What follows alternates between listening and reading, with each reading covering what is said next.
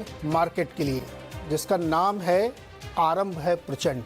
और मार्केट में जिस तरह की रैली चल रही है, बुल रन है। कुछ लोग कह रहे हैं कि अभी तो पार्टी केवल शुरू हुई है, अभी आगे आगे आप देखिए किस तरीके की ज़बरदस्त तेज़ी देखने को मिलती है, क्योंकि कुछ ऐसे सेक्टर्स में आग लगी है अब तो बिल्कुल चंद्रयान की तरीके से ऊपर जाना शुरू कर चुके हैं। आज देश के लिए बड़ी गौरव की बात है कि चंद्रयान 3 का भी प्रक्षेपण किया गया और बहुत सफलतापूर्वक किया गया। ये जो तस्वीरें आप देख रहे हैं ना, जिस वक्त इसका 2:35 पर प्रक्षेपण किया गया, उसके बाद से निफ्टी में भी टेल विंड में उसके आग लगी और तेज़ी उसमें बनी और मार्केट में एक ज़बरदस्त रैली। इसीलिए हम इसको कह रहे हैं कि बुल रन आरंभ है प्रचंड, यानी शुरुआत बहुत ज़बरदस्त है। तो इस ज़बरदस्त शुरुआत को, बुल रन को, पार्टी जो अभी शुरू हुई है, इसको कैसे समझा जाए, इसको कैसे अप्रोच किया जाए और इसमें अलग अलग जो घटनाएं हो रही हैं उस पर क्या नज़रिया बनना चाहिए, इसी पर हम आज बातचीत करने वाले हैं।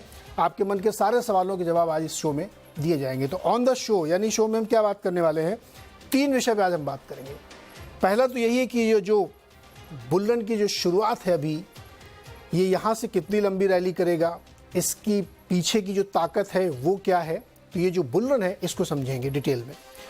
दूसरा जो टॉपिक है वो है आईटी शेयर्स का। 3 बड़ी दिग्गज कंपनियों ने रिजल्ट पेश किए।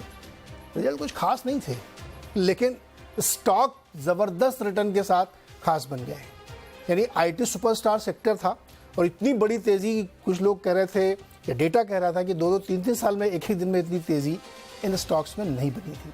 तो आईटी सेक्टर में ये तेज़ी क्यों बन रही है, क्या बॉटम बन गया है, इस पर बातचीत होगी। और तीसरा सेगमेंट होगा मिड कैप, स्मॉल कैप के साथ साथ पेनी कैप में भी ज़बरदस्त रैली है। तो क्या डरना चाहिए, थोड़ा सा रेड सिग्नल है क्या, कुछ थोड़ा सा सचेत रहना चाहिए, क्योंकि जब बहुत सारे ऐसे स्टॉक चलने लगे जिनका समझ में नहीं आ रहा कि ये क्यों चल रहे हैं, तो क्या वहाँ पे थोड़ी सी अलर्टनेस की ज़रूरत है।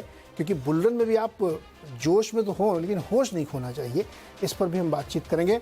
हमारे साथ जो मेहमान है, 2 दिग्गज आज हमारे साथ स्टूडियो में आ गए। मैं थोड़ा अंडर प्रेशर हूँ, कितने बड़े 2 दिग्गजों से मैं कैसे निपटूंगा। मिहिर सर हमारे साथ हैं और मैक्स लाइफ इंश्योरेंस के डायरेक्टर एंड CIO हैं। साथ ही अभय सर हैं, पाइपर सेरिका के फाउंडर, CIO और जबरदस्त। अच्छा, बहुत बहुत बधाई आपको सर, आपका फंड। हाँ close, thank you Neeraj ji. जबरदस्त सफलता आपने हासिल की है AIF में भी और EMS में भी। आप जैसे दोस्तों की शुभकामनाएं हैं तो फिर अच्छा होता ही रहेगा। आप पैसे बना के देते रहिए, पैसे आते रहेंगे। जी बिल्कुल। अच्छा, 2 हमारे मेहमान जो हमारे साथ दूर से जुड़े हुए हैं, उसमें संजय सिन्हा सर हैं, सेक्टर्स एडवाइजर के फाउंडर हैं। संजय सर, बहुत बहुत स्वागत है आपका। और धन्यवाद। मित्र मेरे गुरमीत चड्ढा जी, ये आईटी विशेषज्ञ, इसलिए हमने खासतौर पर ये वाला टॉपिक भी रखा था कि गुरमीत जी से आज पूछेंगे कि क्या हो रहा है इसमें। तो चलिए शुरुआत करते हैं, एक एक विषय को पहले डिटेल में समझते हैं। पहले तो ये जो बुल रन की शुरुआत हुई है मिहिर जी, ये मैंने नाम सही रखा है ना, बुल रन आरंभ है प्रचंड, ठीक है, एकदम ठोस है ना। तो ये बुल रन शुरुआत है, मिड में है, कहाँ पे है ये?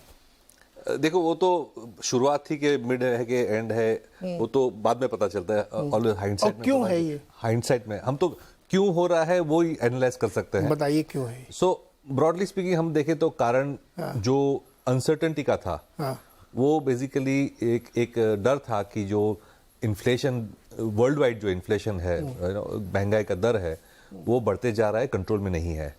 तो हमने देखा कि पिछले 15 महीने में फेडरल रिजर्व US की, यूरोपियन सेंट्रल बैंक, हमारी RBI ने इंटरेस्ट रेट्स काफ़ी शार्प तरीके से बढ़ाए हैं।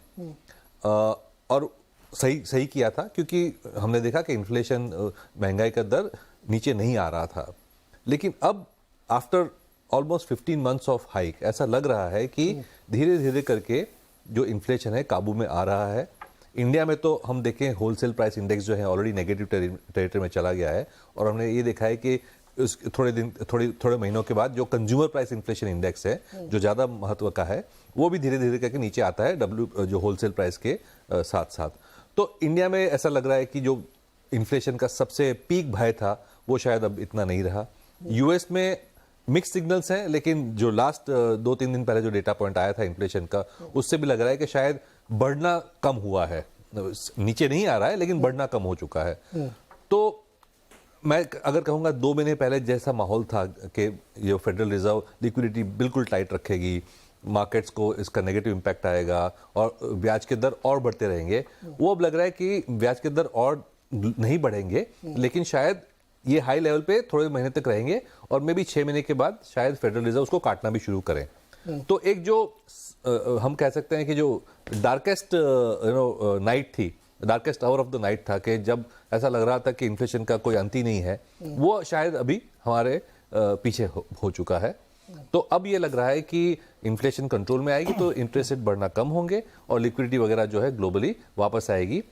इंडिया का जो ग्रोथ रेट है वो तो 6 महीने पहले भी इंडिया का ग्रोथ रेट वर्ल्ड में सबसे ज्यादा था, अभी भी सिचुएशन बेटर ही है और मानसून जिस तरह से चल रही है, लग रहा है कि एल नीनो का अगर ज्यादा असर ना आए तो हमारी रूरल इकोनॉमी और अर्बन इकोनॉमी में कंज्यूमर कंजम्पशन लेवल आते हैं। आई हुई है दिल्ली बिल्कुल तो पता नहीं कहाँ चला गया। तो मेरे ख्याल से इंडिया का तो सिचुएशन पहले ही था, भाई ज्यादा ग्लोबल था, वो भाई कम हो रहा है, इसलिए मुझे लगता है कि ये नया एक लेग तेजी का आ रहा है। इंडिया के लिए तो हम कह सकते हैं एक गोल्डीलॉक्स सिचुएशन है जहां पे ग्लोबल इकोनॉमी क्रैश नहीं होगी और इंडियन इकोनॉमी अपने अपने बल पे चलती रहेगी, तो एक और इंटरेस्ट रेट नहीं बढ़ेंगे, तो ये एक आइडियल सिचुएशन है। मैं कहूंगा चाइना जो एक ऑल्टरनेट था इंडिया के लिए, वो अब मेरे ख्याल से इन्वेस्टर्स के माइंड में उस पर एक क्रॉस लग गया है, ग्लोबल पैसा वहां जा नहीं रहा, तो एक लार्ज इकोनॉमी जो वर्ल्ड में है जो ग्रो भी कर रही है और अगर किसी को पैसा डालना है यूएस के बाहर तो मेरे ख्याल से इंडिया एक नेचुरल ऑप्शन हो चुका है और हम देख रहे हैं लास्ट 2 महीने में एफआईआईएस का फ्लो इसलिए इंडिया में बड़ी तरीके से तीनों फैक्टर का फायदा इंडिया को मिला। अच्छा अभय